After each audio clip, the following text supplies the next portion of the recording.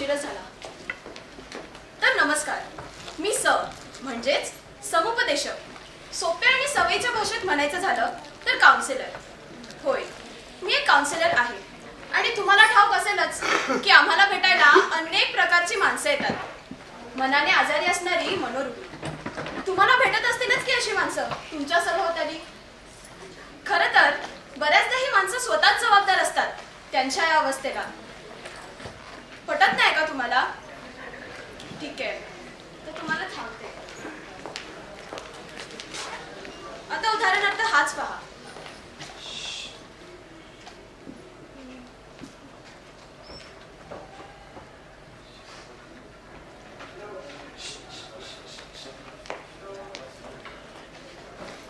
हा क्ष म्हणजे असाच आपल्यापैकी एक भरकटलेला, वाट चुकलेला. तर आपण हा आजच आमच्याकडे काउन्सिलिंगसाठी ऍडमिट झालाय. आपण रेफरन्स म्हणून याचीच केस बघूयात. पण त्याआधी आपल्याला काही लोकांच्या म्हणजेच शशी संबंधित लोकांच्या ओळखी करून घ्याव्या लागतील. नमस्कार, मी क्षची आई. हाय, मी ब क्षची बहीण. नमस्कार, मी प क्षची पत्नी. नमस्कार, मी म क्षचा मित्र. चला तर आपण बघूयात काय गोष्ट आहे या क्षची.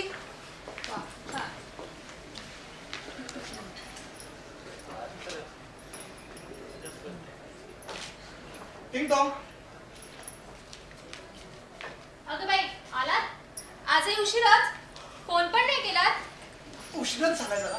जरा अहो, घड्याळ बघा, 12 वाजले. अजूनही ऑफिस मध्येच होता? अगं थांब ग, खूप दमलोय मी. झोपायचंय मला. बरं तुम्ही फ्रेश व्हा, मी लगेच जेवण वाढते. भूक नाहीये मला. पाहिलात कसे निघून गेले ते? झोपायचे म्हणून गेलेत, पण हे सगळं खोटं. लॅपटॉप उघडून बसतील लगेचच. दिवस रात्र अशी कसली कामं करत असतात देवच जाण. तुम्हाला सांगते, आमच्या लग्नाला 2 वर्ष झाली, पण कधी प्रेमाने जवळ घ्यावं की नाही. लाडाने काही मागायला गेलं की ह्यांचं आपलं काम काम आणि काम. सारखं आपला प्रोजेक्ट, टार्गेट, मीटिंगा. कसं व्हायचं देवच जाण. अगं माझं पेनड्राईव्ह दिसलं का तुला कुठं? क्लिक. मला सांगा, बायकोचं प्रेम कळेल का क्षाला? कधी कळेल माहित नाही. आणखीन पुढे जाऊयात. सर्व मंगल मांगल्ये शिवे सर्वार्थ साधिके शरण्ये त्र्यंबके गौरी नारायणी नमोस्तुते.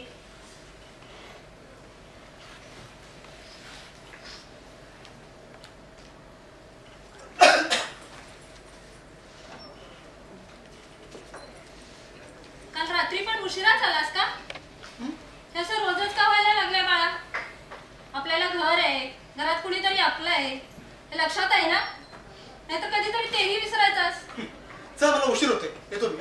अरे बाळा, ऐक जरा, तब्येत फारच खालावत चालली आहे तुझी.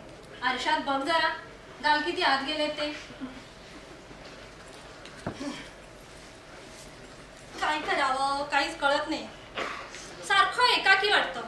हे होते तेव्हा हक्काचा माणूस होता, बोलायला, ऐकायला. नाहीतर आमचे सुपुत्र एक क्षण देखील आमच्या वाट्याला येत नाही. बघितलं ना आता कसा निघून गेला ते. पुढच्या मुलाला आईजवळ बोलायला बसायला वेळच नाही.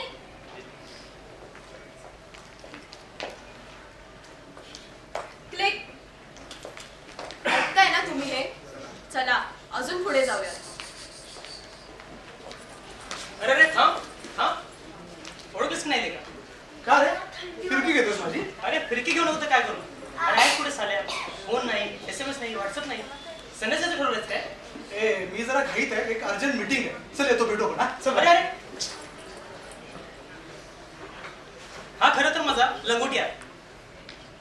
आम्ही एकत्र खेळलो, एकत्र वाढलो, एकत्र राडे केले, ट्रेकिंगला गेलो, कॉलेजला असताना खूप मजा केली. पण आता हा हे सगळं विसरलाय. विसरला नाही, घसरलाय. थांब मित्रा. क्लिक. बघितलं शो कसा वागतोय सगळ्यांची. आणखीन पुढे जाऊयात. अरे दादा, दादा थांब. टिफिन विसरून आलास. आई म्हणाली कॉलेजला जाताना टिफिन देऊन. बरं, थँक्यू. दादा आजपर्यंत मी सगळ्या गोष्टी तुझ्याशी शेअर केल्या. हे बघ, जर तुला वेळ लागणार असेल ना तर आपण रात्री निवांतपणे बोलूया, ठीक आहे? चल बाय बाय बाय. अरे रात्री तू उशिरा येतोस. अरे यार, दादा पण ना खूप बदलला.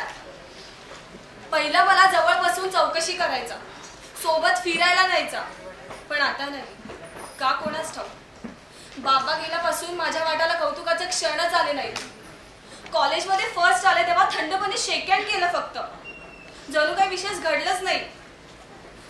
दादा, अरे तुला अनेक गोष्टी सांगायच्या आहेत रे, पण तुझ्याकडे वेळच नाहीये. थांब बाळा. क्लिक. येतंय का काही लक्षात तुमच्या? ही सगळी जण साठी झुरतायत, पण तो मात्र आपल्या नोकरीच्या रहाट गाडग्याला झुंटलाय.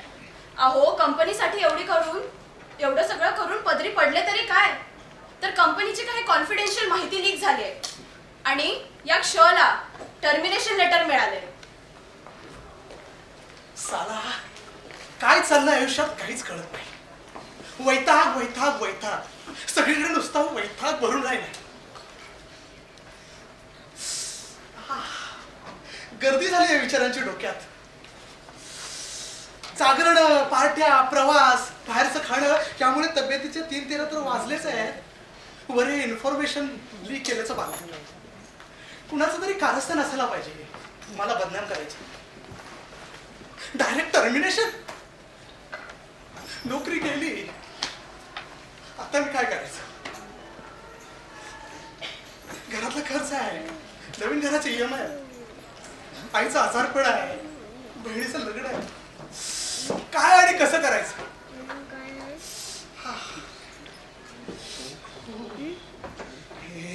हे मला काय होते असं?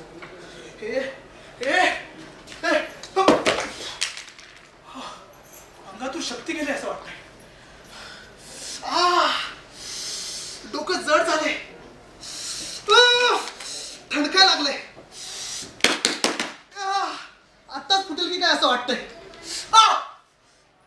अरे कुठे आहे का? कुठे आहे? कुठे आहे का माझ्यासोबत? कुणी नाही, मी एकटाच. पण असं काय होतंय मला? काय होतंय? काय कारण याचं? काय? Mega block. होय, मेगा ब्लॉक. विचारांचा आणि भावनांचा वेळीच निचरा झाला नाही जळमटांचा तर आणखीन काय होणार? गाडी ट्रॅकवरून घसरणारच ना. ती घसरली आहे. आज अक्षा आमच्याकडे काउन्सिलिंग साठी ऍडमिट झालाय. मला मान्य आहे, बऱ्याच गोष्टी आपल्या कंट्रोलमध्ये नसतात, पण मग त्या गोष्टींना रिॲक्ट कसं व्हायचं ते मात्र नक्कीच आपल्या हातात असतं. त्यासाठी आपण एक एक्सपेरिमेंट करून बघूयात का? चला, रिवाइंड. म्हणजे आजपर्यंत मी सगळ्या गोष्टी तुझ्याशी शेअर केल्या.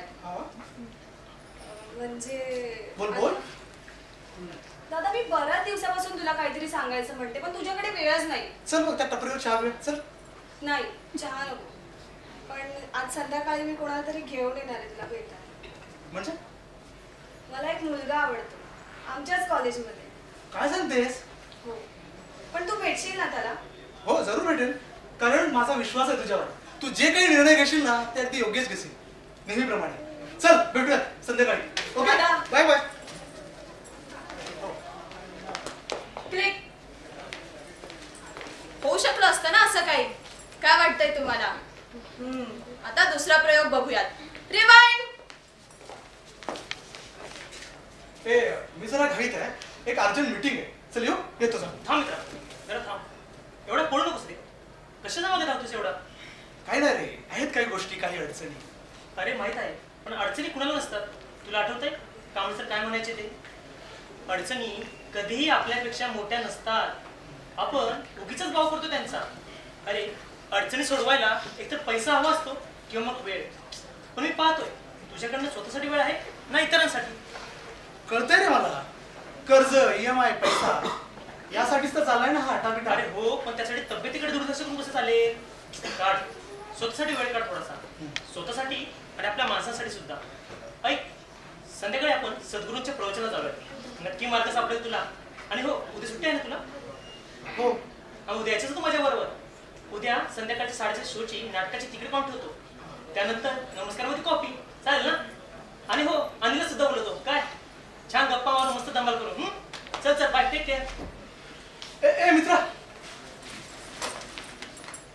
क्लिक बघताय ना तुम्ही हे मित्रप्रेम आहेत काही चांगली लोकही आहेत आपल्या आजूबाजूला म्हणूनच तर चाललंय ना हे सगळं आणखीन पुढे जाऊयात रिवाइंड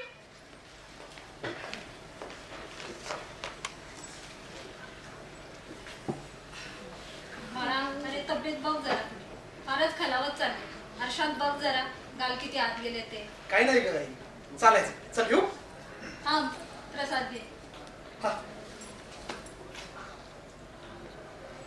काय झालंय रात्री जेवला नाहीस उपाशीच झोपलास वाटतं हो रात्री झोपी आली होती खूप आणि भूकही नव्हती म्हणून अरे सोन्या असं म्हणून कसं चालेल पोटाला खायचं नाही तर हे चाललंय कशासाठी सगळं आठवतंय तुला तुझे बाबा काय म्हणायचे ते उपाशी पोटी स्वप्नपुरी होत नसतात अरे कुणाला अन्नाची भूक असते तर कुणाला स्पर्शाची बायकोकडे बघ जरा कशी झाली आहे ते रोज रात्री आतुरतेने वाट बघत असते तुझी ताणलेल्या चातकासारखी आणि तो वेळा ऑफिसातच गुंतलेला असतोस असं कसं चालेल बाळा तिला फिरायला नेत जा वेळ देत जा काय हो चल प्रयत्न करतो आई हा चल येतो